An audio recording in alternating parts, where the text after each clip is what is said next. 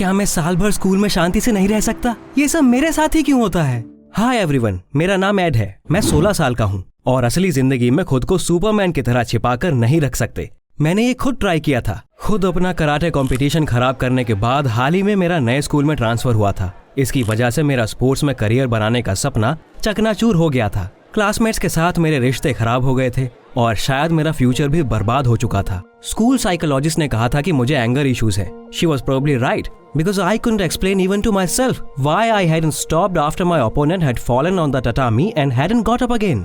मुझे बस इतना याद है कि एम्बुलेंस से हॉस्पिटल ले जाते वक्त वो लड़का कैसे दर्द से तड़पता हुआ मुझे देख रहा था। उस वक्त मुझे बहुत गिल्ट महसूस हुआ। किसी को मेरी वजह से इतनी तकलीफ हुई थी। उन्होंने मुझे जीतने के लिए अवार्ड भी नहीं दिया और मुझे स्कूल की कराटे टीम से बाहर कर दिया गया। ऑफ कोर्स मैंने उस लड़के से माफी मांगी, लेकिन कोई फायदा नहीं था। स्कूल में पहले ही ये रूमर्स फैल चुके थे कि मैं सोसाइटी के लिए खतरा हूँ और ऑलमोस्ट साइको हूँ।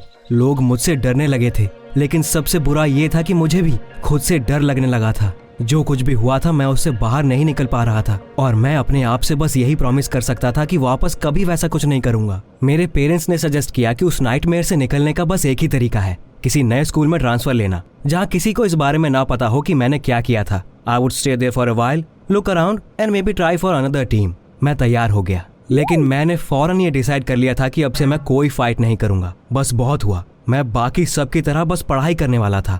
और जहाँ तक स्पोर्ट्स की बात थी, मुझे कराटे बहुत पसंद था और कभी मैं वर्ल्ड चैंपियनशिप्स जीतने के सपने भी देखा करता था, लेकिन मैं अपने राइवल्स को अपाहिज नहीं बनाना चाहता था।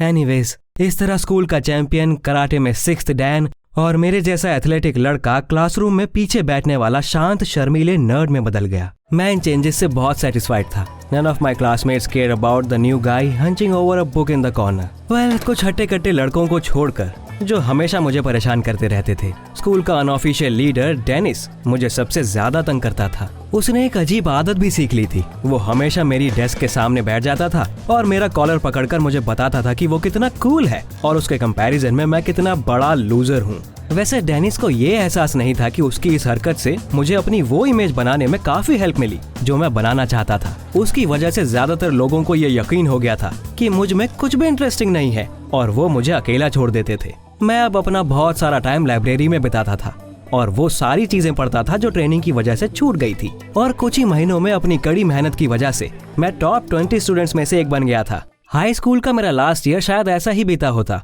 With lessons, scoring points and boredom. मैं भी यही चाहता था, लेकिन मैंने खुद सब कुछ बर्बाद कर दिया। एक दिन मैं थोड़ी देर से स्कूल लाइब्रेरी से बाहर निकला।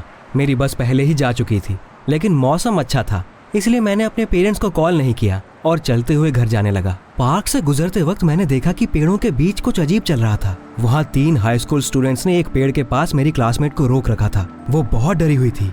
शायद मुझे वहाँ से मुड़कर चले जाना चाहिए था या फिर किसी से मदद मांगनी चाहिए थी, लेकिन नहीं, मुझे तो हीरो बनना था। मैं अपने काम से काम नहीं रख पाया। मैंने उन लड़कों को पोलाइटली उस लड़की को छोड़ने के लिए बोला, लेकिन उन्होंने हंसते हुए मुझे अपना रास्ता नापने के लिए कहा। सच कहूँ तो मुझे नहीं याद कि उसके बाद क्या हुआ। मुझे बस ये याद है कि उनमें से 2 लड़के उस लड़की का हाथ पकड़कर खींच रहे थे और तीसरा मुझे मुक्के से मारने वाला था, और फिर कुछ नहीं, सब ब्लैंक था। I came out of it because my classmate was clinging to me and practically hanging off me. वो हाई स्कूल स्टूडेंट्स मुझे कोसते हुए और अपने घाव रगड़ते हुए पार्क में अलग अलग डायरेक्शंस में भाग रहे थे। कुछ मिनट बाद वो बिल्कुल गायब हो गए। मुझे अपने क्लासमेट का नाम तक याद नहीं था। उसने अपना नाम ब्रिटनी बताया और उसे बचाने के लिए बार बार मुझे थैंक्स बोलने लगी। उस वक्त मुझे समझ आया कि किसी लड़की से पीछा छुड़वाना लड़कों को पीटने से ज्यादा मुश्किल काम होता है। मुझे उसे घर तक छोड़ने जाना पड़ा और फिर मैंने उसके दरवाजे के पास उसे बहुत समझाने की कोशिश की कि वो पार्क वाले इंसिडेंट के बारे में सब भूल जाए। मैंने उसे कहा कि जब लोग बहुत ज्यादा डर जाते हैं, जैसे कि मैं डर गया था, तो एड्रेनलिन की वजह से ऐसी चीजें कर जाते हैं जो नॉर्मली नहीं कर सकते। और ये भी कि मैं कोई हीरो नहीं हूँ, बस एक मामूली लूजर हूँ। और ब्रिटनी की किस्मत अच्छी थी। मुझे लगा उसे मेरी बात समझ आ गई होगी, लेकिन ये मेरी बहुत बड़ी भूल थी। ऐसे तो ब्रिटनी अपने रेस्क्यू के बारे में बस अपने फ्रेंड्स को बताती, लेकिन सच कहूँ तो अगर वो इसके बारे में अखबार में भी छपवा देती तो भी कोई उसका यकीन ना करता। लेकिन उसने कुछ उससे भी बुरा किया। ऐसा लग रहा था कि उसे मुझसे प्यार हो गया था and it was a complete ultimate failure. क्योंकि ब्रिटनी कोई मामूली लड़की नहीं थी, वो चीयर लीडर और स्कूल क्वीन थी आप समझ सकते हैं कि मैं कितना अनलकी था, है ना। जब उसके जैसी लड़की किसी बोरिंग मामूली नए लड़के के प्यार में दीवानी होती है तो सबको शक होना शुरू हो जाता है, और वो मेरे पीछे पड़ गई थी। मैं उससे पीछा नहीं छुड़ा सकता था। वो मेरे बगल में आकर बैठ जाती थी और मेरे कंधे पर अपना सर रख देती थी, या पूरे स्कूल हॉलवे में दौड़ते हुए मुझे चॉकलेट देने आ जाती थी, या फिर कभी कभी मुझे गले से लगा लेती थी। एक बार तो उसने सबके सामने मुझे किस भी कर लिया था। सच कहूँ तो मैं पहले कभी किसी रिलेशनशिप में नहीं था, मेरे पास उसके लिए टाइम ही कहाँ था, इसलिए हर बार इतना अटेंशन मिलने पर मैं बेवकूफों की तरह फ्रीज हो जाता था। आखिर में लोगों ने एक्सप्लेनेशन मांगना शुरू कर दिया। मेरे क्लासमेट्स, खासकर उस डेनिस ने हमें पकड़ लिया और सवाल पर सवाल करने लगा। उसे ब्रिटनी का अचानक मुझे लाइक करना रास नहीं आ रहा था। शुरू में मैं चुप था और ऐसे प्रिटेंड किया कि मुझे उनकी कोई बात समझ नहीं आ रही है, और फिर जैसे ही वो पीछे मुड़े मैं वहां से भाग गया। मुझे यकीन था कि ब्रिटनी खुद उन्हें डील कर लेगी। उसने उन्हें अच्छे से डील किया। नेक्स्ट मॉर्निंग स्कूल आने के बाद सबको मेरे हेरोइक एक्ट के बारे में पता चल चुका था। Most of the guys didn't believe that A loser like me could have fought back against someone bigger than an average sized dog. लेकिन डेनिस की अगुवाई में उन हट्टे कट्टे लड़कों ने मेरी ताकत आजमाने का फैसला किया। उन्होंने क्लासेस के बाद मुझे स्कूल के पीछे आकर ये साबित करने के लिए कहा कि मैं कुछ कर सकता हूँ या नहीं।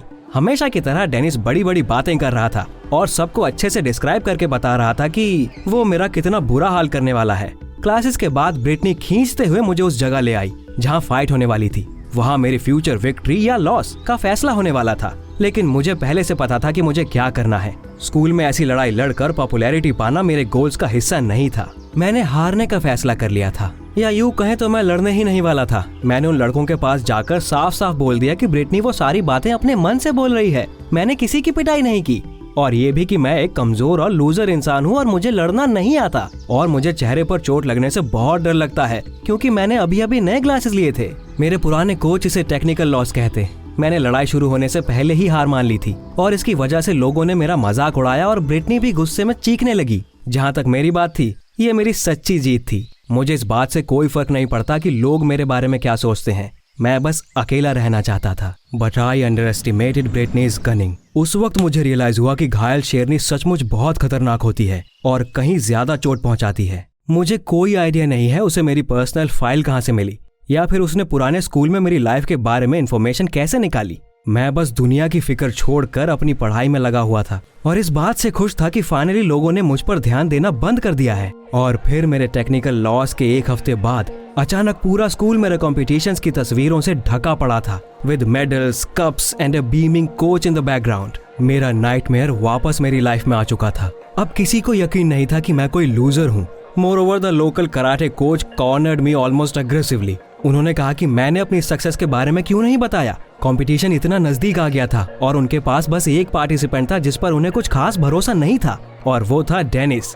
जब मैंने उनसे कहा कि मैं स्पोर्ट्स छोड़ चुका हूँ तो उन्होंने बोला कि अगर मैंने अपनी बकवास बंद नहीं की तो वो मुझे रस्सी से बांधकर अपने साथ ले जाएंगे। उसके बाद ब्रिटनी रानी की तरह स्कूल में प्राउडली चलती थी और सबको बताती थी कि उसका बॉयफ्रेंड बहुत कूल है। मुझे नहीं पता कि मैं उसका बॉयफ्रेंड कब बना, लेकिन मैंने उस पर ध्यान नहीं दिया। वो जो मर्जी वो कहे, मुझे कोई परवाह नहीं थी। Dennis also double down on pranking me. वो भी स्कूल में राजा की तरह घूमता था और उसकी कहानियां अक्सर टटामी पर मुझे हराने के साथ खत्म होती थी। मुझे यकीन था ऐसा ही होगा। मैंने सोच लिया था कि मैं दोबारा हारूंगा, या उससे भी अच्छा मैं वहां जाऊंगा ही नहीं।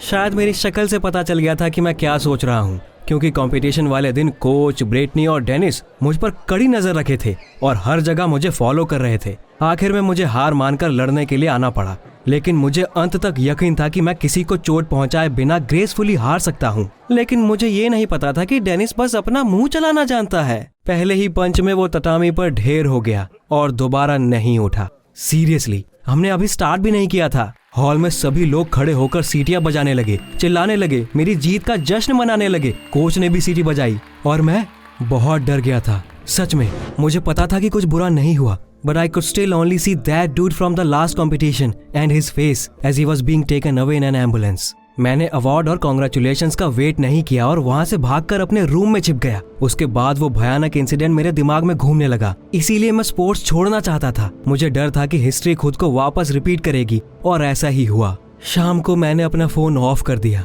क्योंकि उस पर बार बार कॉन्ग्रेचुलेशंस के मैसेज आ रहे थे उसके बाद मैंने अपने पेरेंट्स को मुझे वापस किसी दूसरे स्कूल में ट्रांसफर करने के लिए कहा। मैं बहुत किस्मत वाला हूँ कि उन्होंने मुझे समझा और उन्हें इस बात से कोई परेशानी नहीं थी। They gave me a week to recover while my mother was running around and arranging another transfer।